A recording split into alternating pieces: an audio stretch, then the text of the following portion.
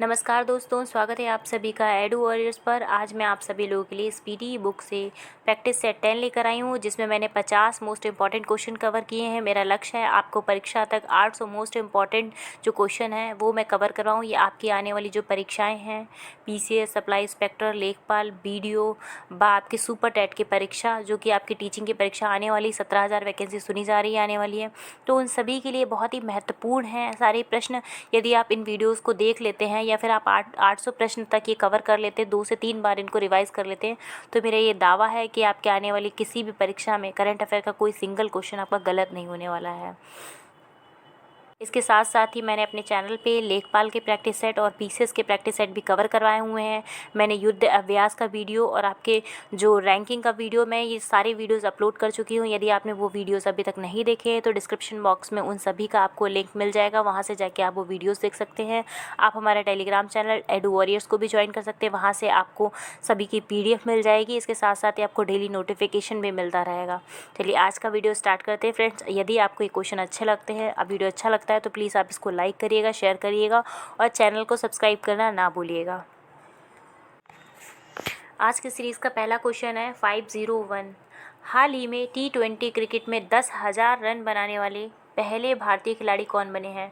तो T20 cricket में 10,000 run बनाने वाले खिलाड़ी बने हैं। ऑप्शन है आपका विराट कोहली। ये ऑप्शन आपका सही है। फ्रेंड्स, मैं अदर ऑप्शन इसलिए नहीं पढ़ रही हूँ ताकि आपका ज़्यादा समय ना व्यर्थ जाए। आप सीधे आंसर और क्वेश्चन इन दोनों को ही पढ़ें ताकि आप कम समय में ज़्यादा से ज़्यादा क्वेश्चन को कवर कर सकें। अगला प्रश्न है 502। हाल ही में किस राज्य की सोजत मेहंदी, अब ये इंपॉर्टेंट है, सोजत मेहंदी को GI टैग मिला है? तो ये मिला है आपका राजस्थान की सोजत मेहंदी है, उसको GI टैग मिला है। अगला प्रश्न है आपका 503।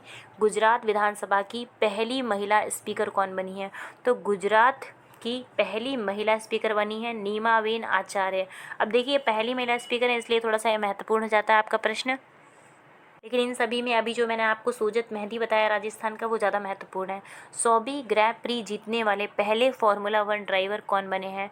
तो 100वीं ग्रैंड प्री जीती है आपकी लुइस हैमिल्टन में। ज़्यादातर इन्होंने ट्रॉफियाँ जीती हैं, तो यदि आपको कभी कन्फ्यूज़न भी हो तो आप लुइस हैमिल्टन को ही टिक करके आइए। हालांकि मैक्स वर्स्टप्पन ने भी कई सारी जीती हैं, लेकिन आप लुइस हैमिल्टन को प्रेफरेंस दीजिएगा पहला क्वेश्चन, यदि आप भूल भी जाते हैं तो। अगला प्रश्न है आपका 505। हाल ही में कर्नाटक विधानसभा द्वारा वर्ष 2020-21 में सर्वश्रेष्ठ विधायक पुरस्कार किसे मिला है? तो सर्वश्रेष्ठ विधायक पुरस्कार आपको मिला है BS येदियुरप्पा को। ये कर्नाटक विधानसभा द्वारा हुआ है। अगला प्रश्न है आपका 506। विश्व तीरंदाजी चैंपियनशिप 2021 किस देश में आयोजित की गई है? तो विश्व तीरंदाजी चैंपियनशिप इस बार आयोजित की गई है अमेरिका में। ऑप्शन बी आपका बिल्कुल सही है। अगला प्रश्न है आपका 507। हाल ही में बंगाल की खाड़ी में उठे चक्रवात तूफान गुलाब, अब ये नाम जो है ये महत्वपूर्ण हो जाता है। गुलाब का नाम किस देश ने दिया है? तो गुलाब का नाम दिया है ऑप्शन बी आपका पाकिस्तान ने दिया है।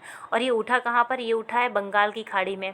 पिछली बार PCS में एक प्रश्न आया था, वह प्रश्न तूफान से ही संबंधित था।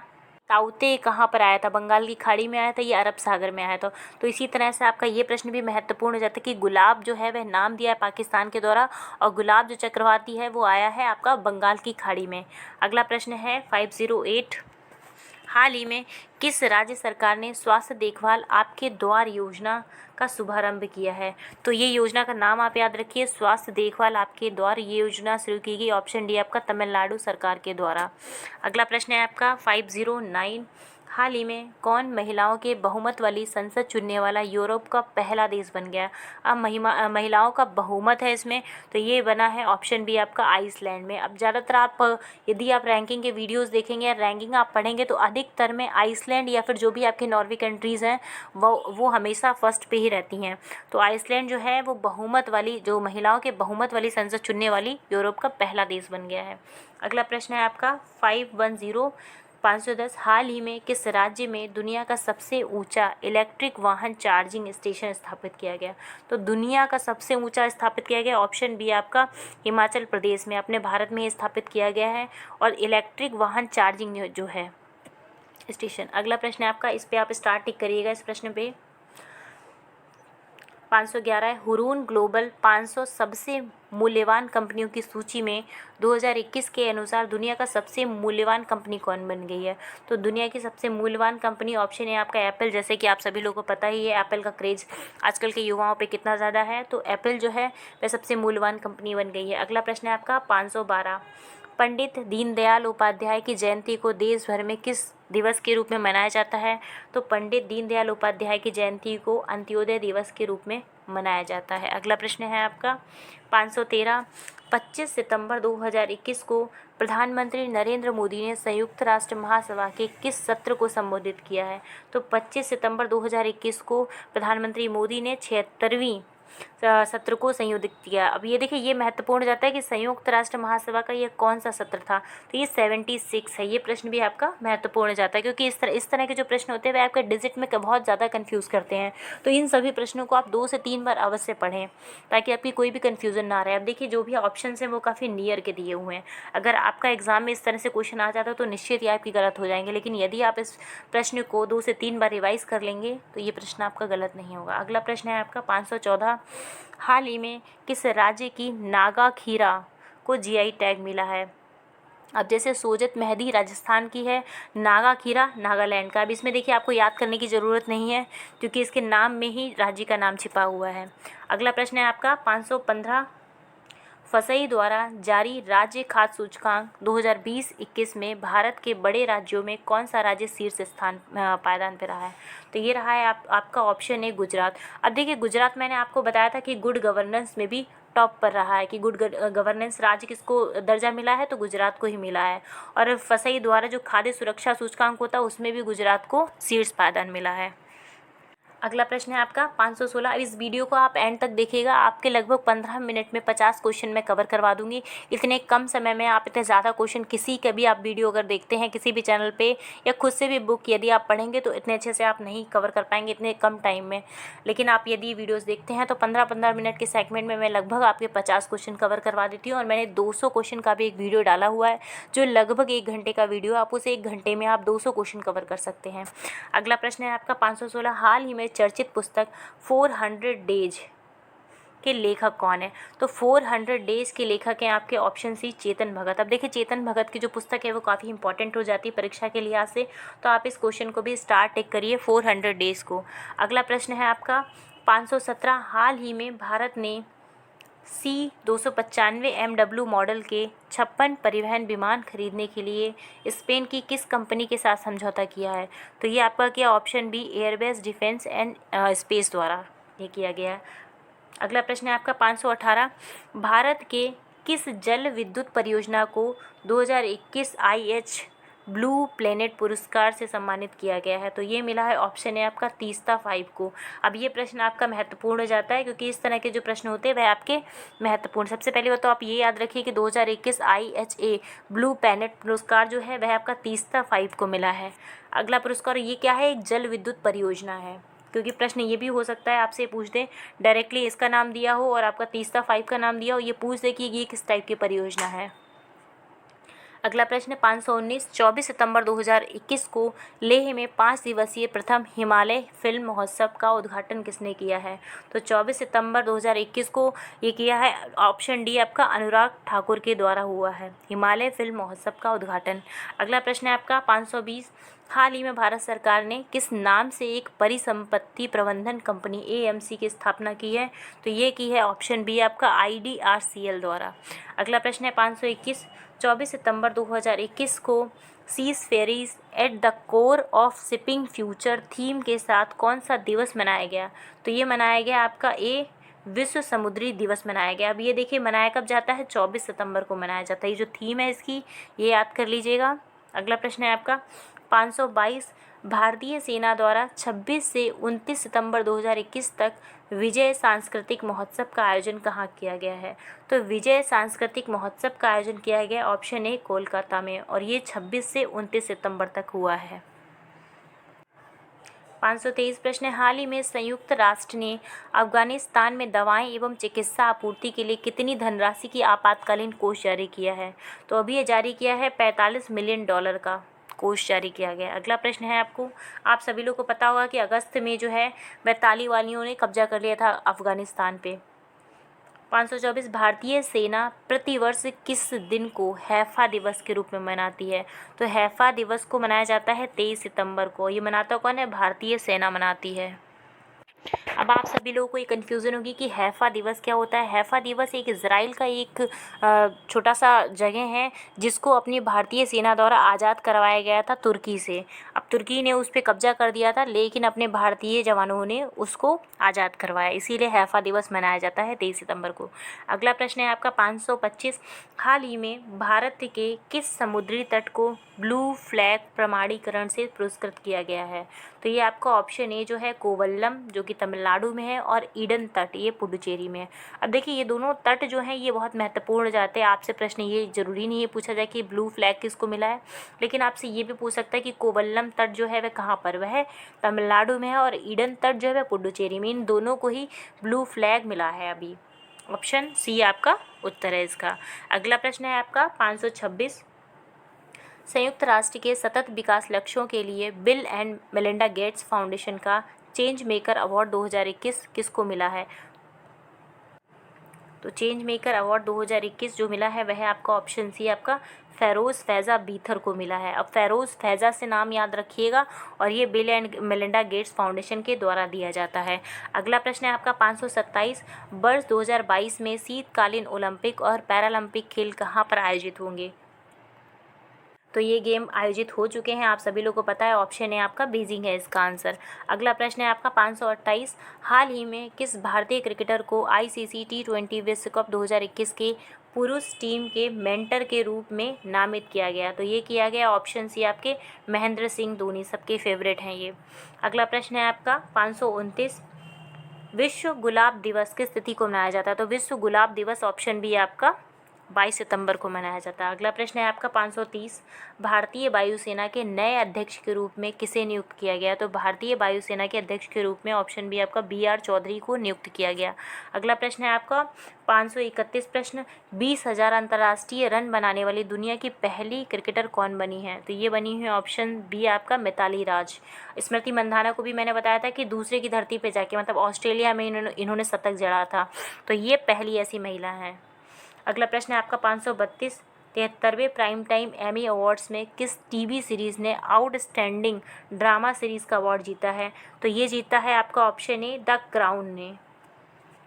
अगला प्रश्न है आपका 533, भारतीय वायुसेना ने किस देश से 24 सेकेंड हैंड मिराज 2000 लड़ाकू विमान खरीदने के लिए 27 मिलियन यूरो अनुबंध पे हस्ताक्षर किए हैं? तो ऐसा हुआ है ऑप्शन बी आपका फ्रांस के द्वारा। अब देखिए ये इंपॉर्टेंट है, मिराज 200 जो है 2000 जो है वह कहाँ से खरीदे गए हैं?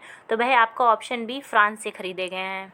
अगला प्रश्न है आपका 534, हाल ही में भारत और किस देश के बीच समुद्र शक्ति अभ्यास का तीसरा संस्करण सुंडा में हुआ है? तो ये देखिए सुंडा जलमर्दू जो है वह आप भारत के नज़दीक ही है, और ये ऐसा हुआ है ऑप्शन डी आपका इंडोनेशिया के साथ में। समुद्र शक्ति जो है यह अभ्यास भारत और इंडोनेशिया के साथ होता है।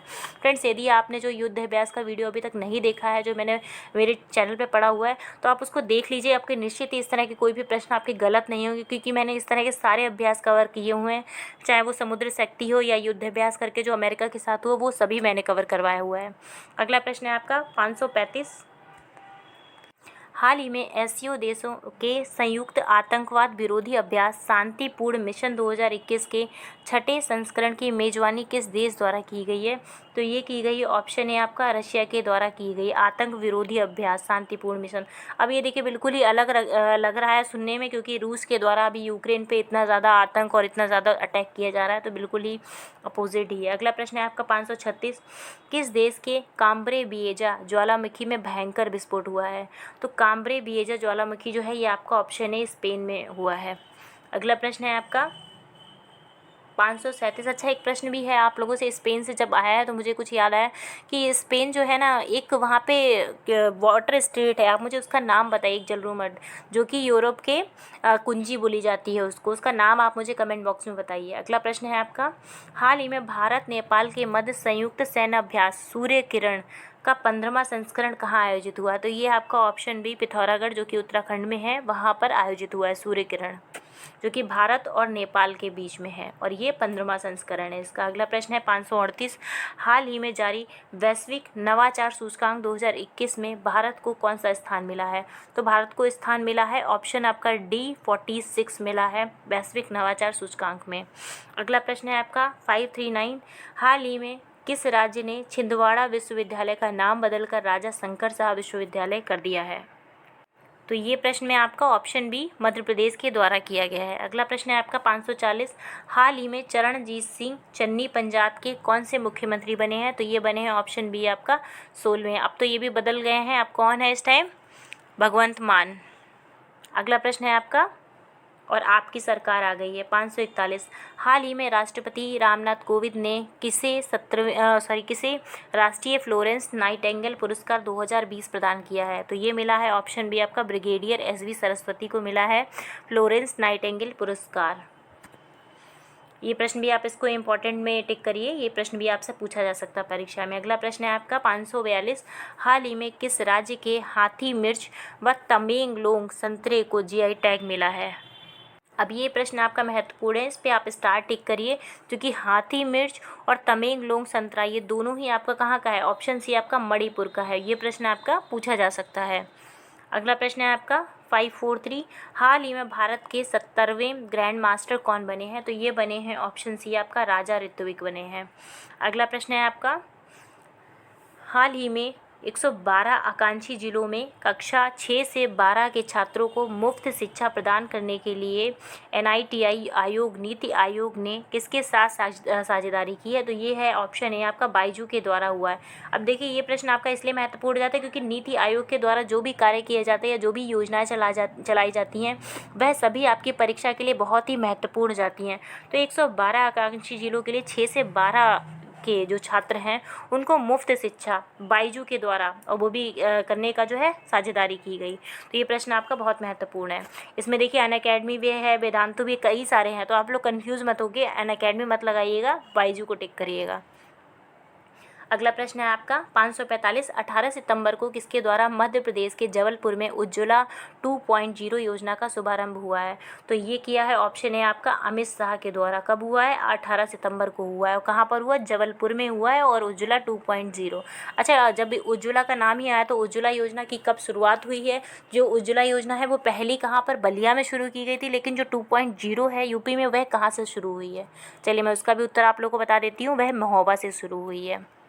ये सारे आप लोग को पॉइंट याद होने चाहिए, क्योंकि अगर एक प्रश्न आप देख रहे हैं, अगर उस प्रश्न से आपको 2-3 आ रहे हैं तो उसको आप तुरंत ही उसको रिवाइज करिए ताकि आपको कन्फ्यूज़न ना हो।